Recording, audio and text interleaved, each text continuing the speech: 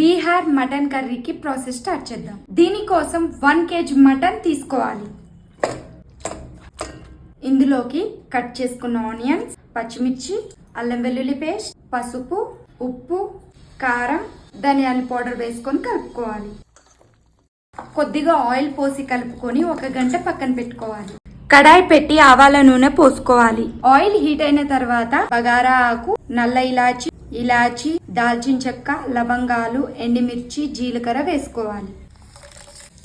Mutton వేసి mutton కలుపుకున్న తర్వాత మూత పెట్టేసి మటన్ లోని వాటర్ అంతా బయటకు వచ్చి ఇంకిపోయేంత వరకు కుక్ చేసుకోవాలి. మిరియాల పౌడర్, 2 వెల్లుల్లి గడ్డలు వేసి కలుపుకొని హాట్ వాటర్ పోసుకొని మూత పెట్టేసి గ్రేవీ చిక్కపడేంత వరకు కుక్ చేసుకోవాలి.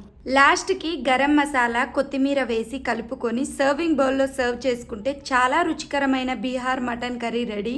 ఈ మటన్ కర్రీ టేస్ట్ చాలా బాగుంటుంది.